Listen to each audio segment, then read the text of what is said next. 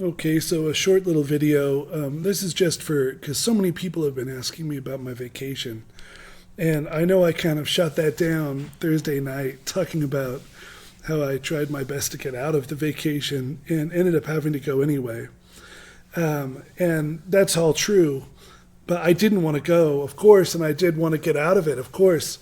But there's also my family to consider, and they wanted to go, and they really would have felt hurt if we didn't go. And also, I couldn't go and be reluctant and unhappy because that's selfish. So once they decided we were going for sure, and that was set, then it was a new situation, and we went. And so people were asking how it went, and I thought I'd just tell you guys in video to keep it easier for everybody. And I'll tell you the neatest things we did that are at least somewhat relatable to spirituality and the spiritual path. And the first thing that was really neat is that we decided that if we were going to be down there, we would spend as much time as we could in the bayou. The bayou it's like a swamp, but the water doesn't move at all. But in the bayou, the water is actually running, but it's running slow enough you can't tell that it's running, and it's anywhere from a few feet deep to a few inches deep, and we were unable to sort of rent a kayak or a canoe or something and go out in the bayou. That didn't work out. So what we did is we visited as many national parks as we could and national forests. And there were a lot of trails to hike on, and we did a bunch of wonderful hiking out in nature there. And there's just a few things that I thought were somewhat relatable to the spiritual path that you might find interesting. And so one of, I gave that short series of classes on tuning into your environment spiritually, reaching your senses out and touching nature. And that's a pretty powerful experience. And of course, I was looking forward to doing that in the bayou. The bayou is the second most desirable ecosystem on the planet, according to me, as far as like what I would want to go see and what I would want to experience. It's a little like a rainforest. It's not really a rainforest, but there's so much water and there's so much rainfall there, and it's so warm that the animal life is pretty spectacular. So we did as many hikes as we could find where they have either trails that go out into the bayou with bridges that cover the watered areas, or they built boardwalks out over the bayou so that you're, sometimes on land and sometimes on boardwalk that is suspended over the water. And, there's some miles of trails out there like that. And so we did that. And a couple of really neat experiences that happened were just related to meditation. So because I was with my family, the trip to the bayou is usually 45 minutes. I didn't really feel like I could go out to the bayou by myself. And so I couldn't keep my family waiting a lot, but I got a couple of really wonderful meditations in the bayou where it worked out for everybody. And I thought I'd share, I thought you might just want to hear about it and try this for yourself. Obviously not in the bayou, but in the woods. So the bayou is really neat because there's so much life.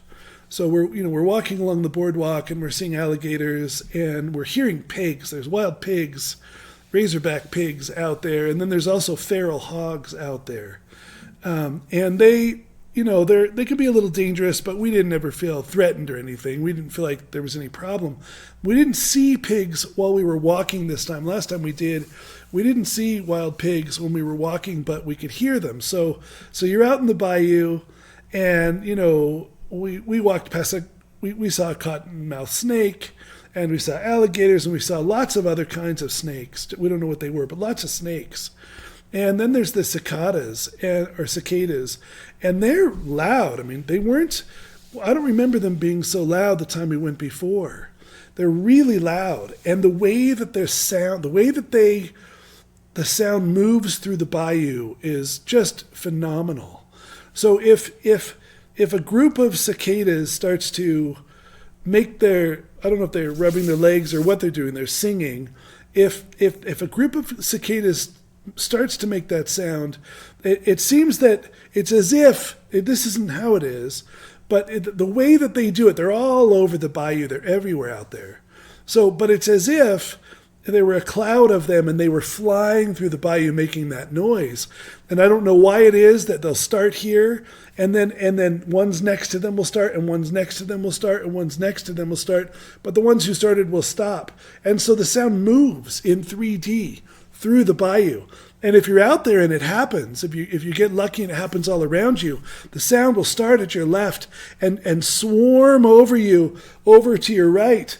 The sound will just, the locus of the sound will just change and move through the bayou, and it's just incredible. There's just waves of sound moving around through the bayou, and that was incredible.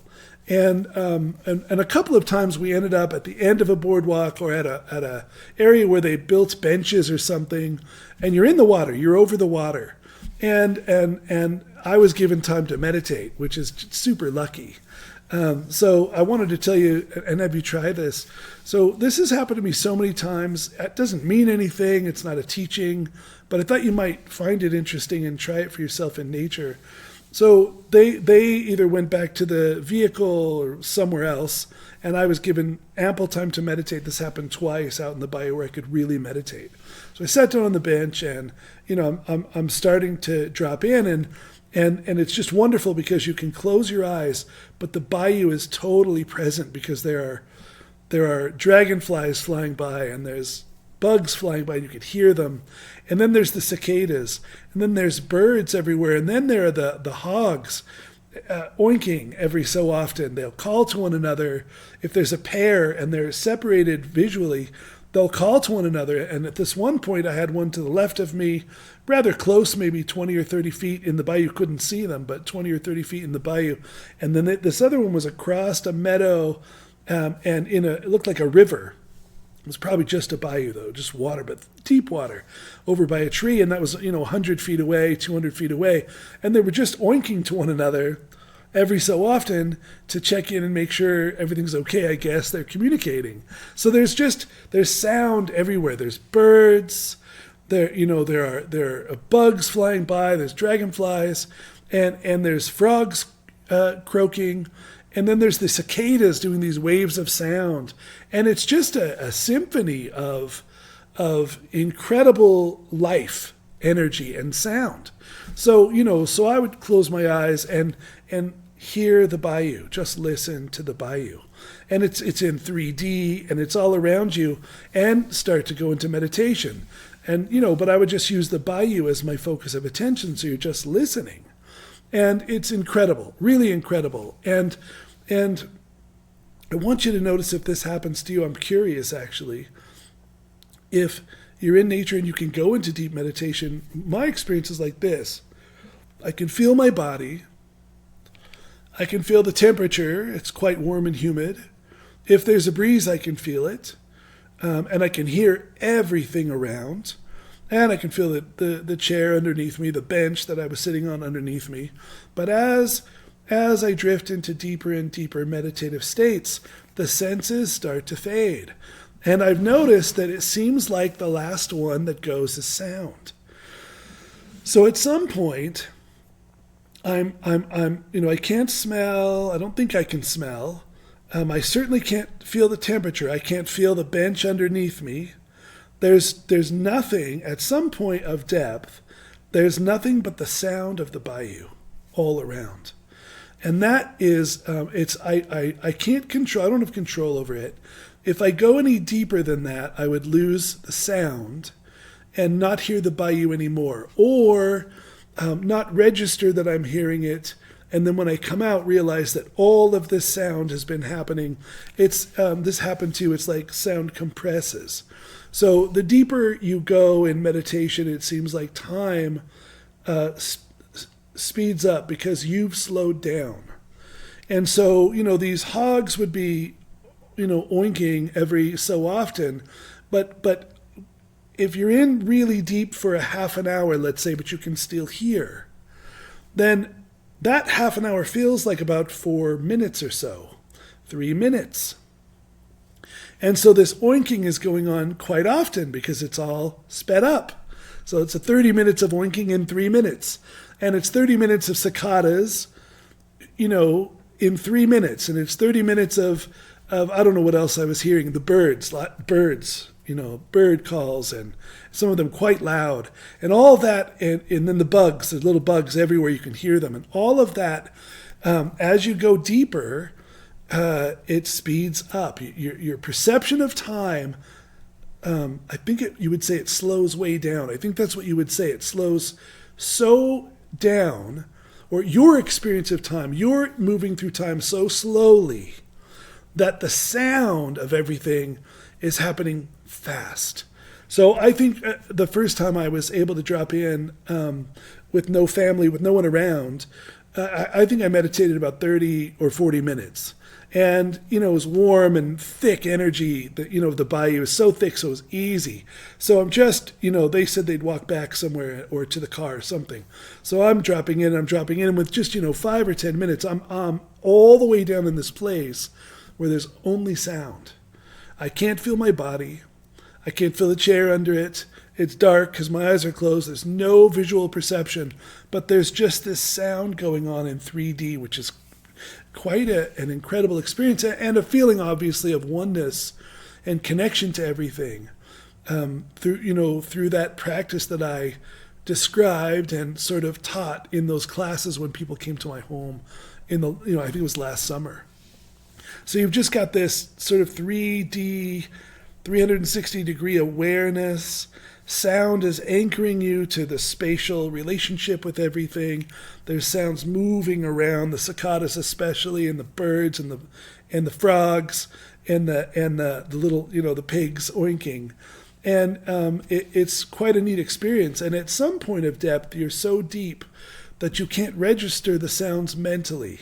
You're still hearing them, but you're now so deep in meditation that you can't think about anything. You can't even observe without thought. You're experiencing directly everything, but there's no processing of it. I think that might be some kind of a non-dual. It's a non-dual experience because there's no processing of an I who's experiencing this experience. Instead, it's just pure experience with no I to analyze it, wonder about it, or think about it. That'll go on at that depth, for however long you're down there. Could be an hour, it could be 20 minutes, however long you're in. I really don't know how long. It was probably a half hour, 40 minutes. And it's just so neat. And then, and it's happening, but you're not observing it. And then just when you start to come out, just shallow enough for you to remember, you don't even remember you're a person yet. You're just coming out shallow enough to notice that you can notice things. To be aware that you're hearing, I guess. You wouldn't say I have ears because you can't think those thoughts yet. You're deeper than that level of thought. But you're just thinking, you're not thinking, you're noticing that you've been hearing sound. And it's striking, like, oh wow, but you can't talk. But if you could, it would be, if you could put words to the experience, it would be like, that is so interesting. All of the sounds that I just heard compressed into what seemed like a 3-minute experience. So everything seems quite active at that time because all the sounds are compressed, 30 minutes of sound compressed down into what feels like a 3-minute experience. It's just wonderful. And I thought that was interesting. And I think it would be worth mentioning also that if you go deeper than that, there is I don't know why this is. I've never thought about it, but I just thought people were asking about the vacation, so I'd share the good parts of it and some of the good parts.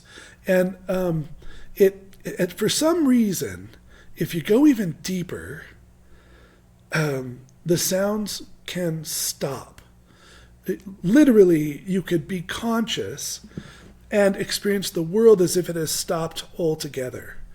And I don't know what that is exactly, but at a certain level of depth, you could, like, let's say a bird was making a sound, or a hum would even be better, maybe the hum of some wings going by you.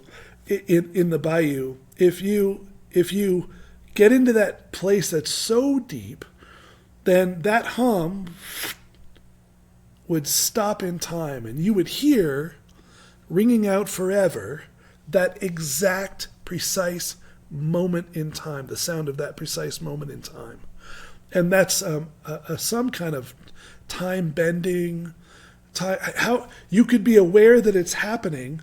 This has happened to me a long time ago. This happened to me, that I was aware that it was happening, and I could hear that moment in time, and I could wonder. For some reason, I could think, and I was aware that time was passing for me, while the time in the world had stopped completely.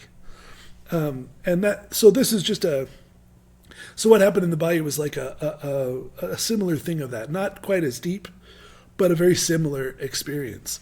And I got to do that twice in the bayou, and I wouldn't share the other experience because it was the same. Same thing, resting with your awareness in the bayou, in all of your surroundings, and then using the sound of your surroundings to sink down into deep meditation. And honestly, that was the most satisfying and rewarding experience of the entire trip. Eyes closed, absorbing the sounds of nature with a sense of connection to it all. Just really wonderful, and I was able to do that twice. Of course, there are other ways of feeling connected. Just walking, I would just, allow myself to reach out and feel connected to nature, and that was also quite wonderful, but especially powerful when you're able to sit and let go of everything and just sort of blend and merge with nature itself. And like I said, there's so much life there. We saw snakes everywhere. There are alligators everywhere. We saw turtles, lizards, frogs. We saw an alligator gar, which is a fish that's like 5 or 6 feet long with an alligator head. It's not really an alligator head, but it looks like one. I'm trying to think. We saw lots of different kinds of turtles and snakes. And I even almost got bit by a cottonmouth snake out there. On the trail I had stopped. I was looking for a walking stick. There to my right, there were these sticks, broken tree branches laying in the grass, and I was considering, without having the words about it, just feeling the impulse of potentially stepping out and grabbing one of those walking sticks. And right at the time that was happening, my wife said, "Walk fast, walk fast." And I said, "What? What do you mean walk fast?" And there was a cottonmouth. A cottonmouth snake, very, very, very poisonous. They're deadly. There was a cottonmouth snake right where I would have stepped. I'm just wearing sandals. So that was interesting. It put some adrenaline in us. We still continued hiking, but as we were on an actual trail this time, not a bayou, not a boardwalk. And the trail got narrower and narrower until it was only about this wide, and you were pushing branches away and bush away and spider webs away, and we ended up turning back. But mainly, I think we turned back because everywhere there was a snake now. And I actually bought an aluminum walking stick, projecting aluminum walking stick, after that to sort of give the snake something to bite in case we come across another one, because I don't want it to be my leg.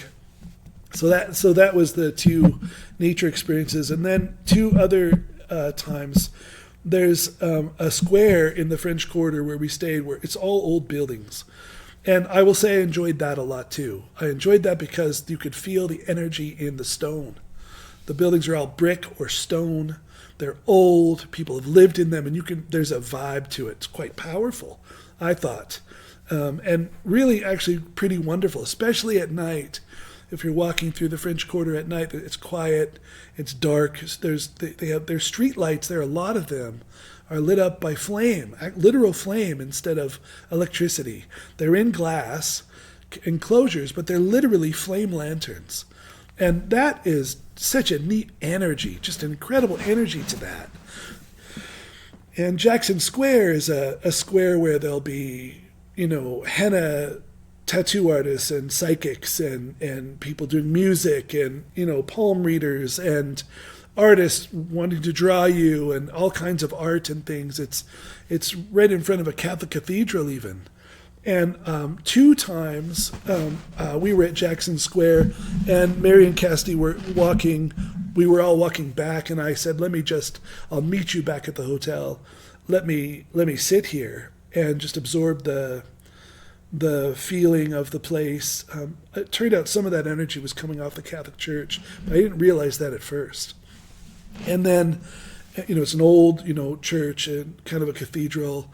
Of course, Mary and Cassidy attended Mass there. But I was sitting in Jackson Square one time on some stone steps in front of a park facing the cathedral, and another time in one of the benches. And both times, same experience. Just close your eyes. First, I'm watching people walk and entering that contemplative state where you're just being with your environment, with people, but in a very detached sort of, it's a very spiritual state of consciousness where you're not thinking about anyone. You're just allowing yourself with your vision to experience reality, just taking it in, but without thought and in a meditative state. And I really love being in public like that. I really enjoy finding a corner somewhere, maybe it's somewhat of a place that's hidden. I wasn't in a hidden place either time at Jackson Square, but I really enjoy finding a place in public and then slowly sinking into meditation. And if I could get a book or something, and if I could have sunglasses, that's my preferred way, because then I could be meditating and no one knows, which was, Clyde's recommendation from the beginning. Is that's what he did. He would wear sunglasses and have a book. Then he wouldn't be drawing attention to himself, but he could be meditating in public. And so 2 times in Jackson Square, same thing. There's sound, there's people walking by, there's people talking, there's music all around, and same thing, dropping into that place until there's only sound, until you're not even conscious of being a person, but you can still hear everything that's going around you. If you go deep enough, that sound sometimes seems to go away, or it compresses a lot. So both times I got that compression. So maybe I was there 45 minutes, or an hour in this case, because I didn't feel like I was leaving my family alone in nature. They could go back to the hotel. So I went longer. So maybe 45 minutes or an hour, both of those times, just absorbing the sound of Jackson Square. And one of the times, totally by accident, was really neat, because there was a man, probably early 30s, off around a corner, who was singing Hindu rags, I think they're called. They're Hindu spiritual songs. And they're beautiful. And of course he's singing in Hindu. But he's got a guitar and he's amplified. And so just by coincidence, he was singing these rags. And I bet I meditated an hour and 20 minutes this time in that place, just dropping into that place and staying. And then I'd emerge a little and come back and emerge. But the whole time this guy was singing those Hindu devotionals. And so that was quite a wonderful encounter and experience also, because the devotion, and I'm guessing, I didn't go see him. And so I didn't go see if he had a money pail out looking for money for it or not. But either way, I would guess he's actually means it. I would guess he does that as a service and also his own devotion. So that was wonderful. So both times, though, just the same sort of a 3D experience of the sound and energy around you. You could hear cars sometimes, people walking, laughing, talking. There were once in a while, there was a homeless guy ranting as he walked by, and it's just all going on. And to merge with that, to let everything go, and to just merge with that, it's a wonderful experience of letting go profoundly and merging with your environment and becoming one with everything. Wonderful experience. And easy to do in public for some reason. I don't know what that is, but it's so easy to do in public places if you have a place to sit and you feel relatively like you're not going to get stepped on or something or kicked. And then the sound and the people, the life, is such a powerful, it seems to lull you into a meditative state quite easily. So those are some pretty neat experiences in the French Quarter that happened. And then we went to a place I think it's called Marielle's, and it's a restaurant. And the first time we went, it was just Mary and I. Cassidy stayed in the hotel, and we went to this restaurant. And it turned out we sat down. It's like, say, mildly fine dining restaurant, and there's the main part of the restaurant. It's a very old building with 2 floors on the corner of 2 streets in the French Quarter, right by Jackson Square, and it gorgeous, just beautiful. And we got put over in this smaller area, which turned out to be just fortuitous, just incredible. It was, just wide enough for 2 tables, and then long enough for probably 8 or 6 sets of those tables going down, and then a bar at the back. But the ceiling was raised here, very high, so 2 floors high, plant life, all made of stone and brick. The floors are just gorgeous, dark stone. And that has an energy too. And as we read the menu and looked at, they had like an information thing about the restaurant. It turns out it was a haunted restaurant, very famous haunted restaurant. Things are known to fly off shelves there. And the man who used to be a home. I don't remember his name now, but the person who lived there did seances and was into the occult. So we're like, oh, that's so cool, because Cassidy was really into that stuff. She really wanted to see and participate in those kinds of things.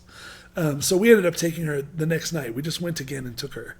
But I got really lucky again that Cassidy and Mary were together the night we went. And so we ate there. But then upstairs, you can go up these stairs. They even leave a table set for the man who used to own the home, always set for him. It's just it's neat. But upstairs there was a sort of a lounge where you could go up and have drinks after, or just sit and talk. A big lounge area, three different rooms, and it turned out to be where the guy did seances. So obviously I'm not into seances and I'm Christian, but I'm down in Louisiana and I'm enjoying the ambiance and the haunted stories and all of that, of course. And I got lucky twice. That the night I was with Mary, I felt the power come over me up there, and because it's just rich, it's all stone, and I meditated in that lounge, and Mary seemed, I closed my eyes for a moment, I said, and I thought, oh gosh, I'm dropping into meditation, so I opened my eyes. Is it okay if I meditate? She said, sure, go ahead. So I probably dropped in for 10 or 15 minutes and then came out. In that same place, same thing, just sound only, there's people talking, and just such a wonderful experience. And then the night I went with Cassidy and Mary was better because that we found out that there's an outdoor deck area on the second floor that looks out over the French Quarter. So there's seats to sit in. You can't eat up there, but you can be there. And we were up there, it was night, we're enjoying the view.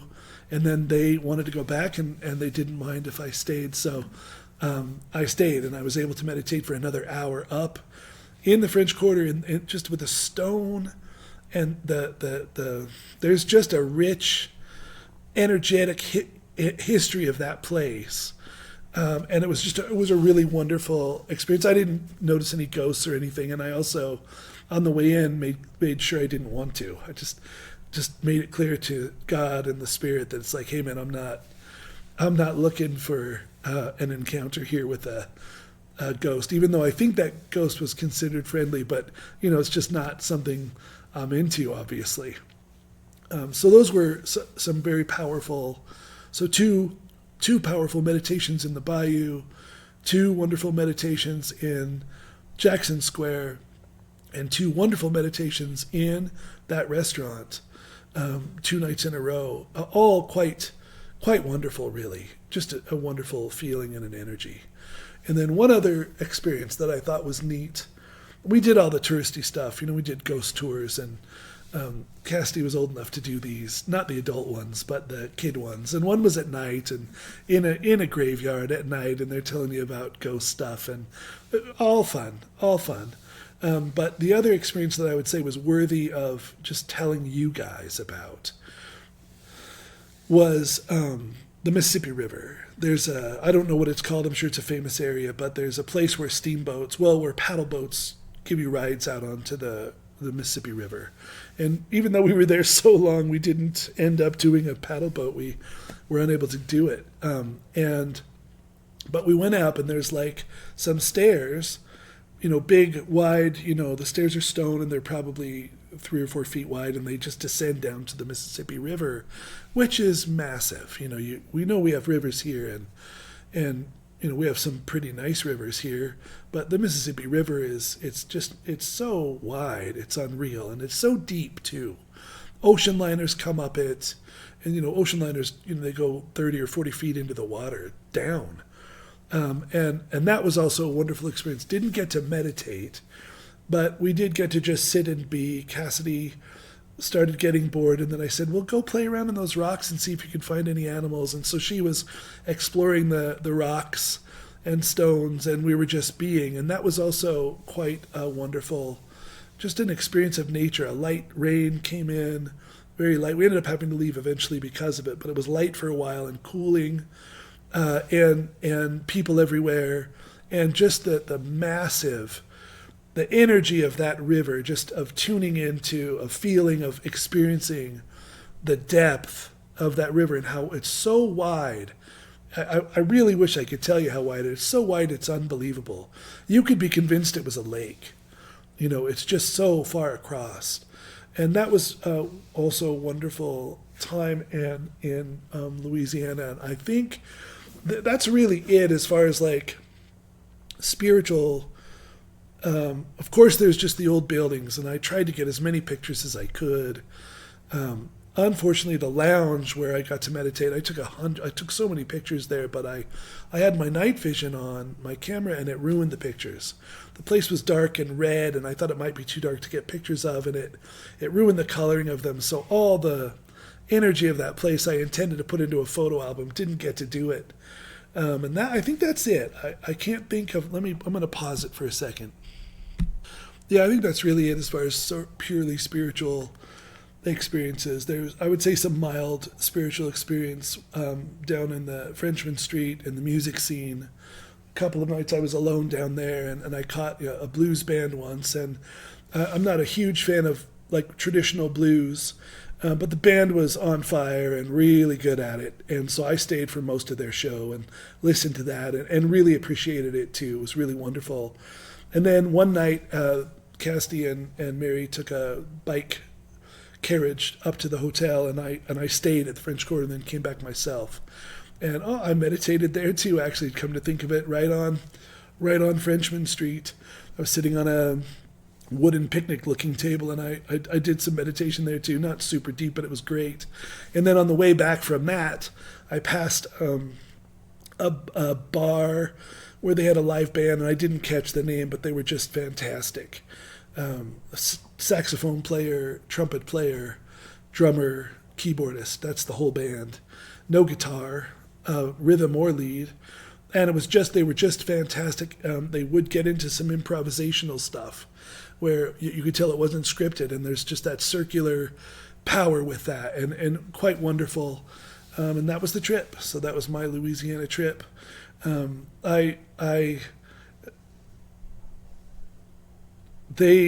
Cassidy and Mary have informed me that I certainly will be going on vacation again, that there's not really a chance that I won't, but we'll keep them closer and shorter. That's our compromise.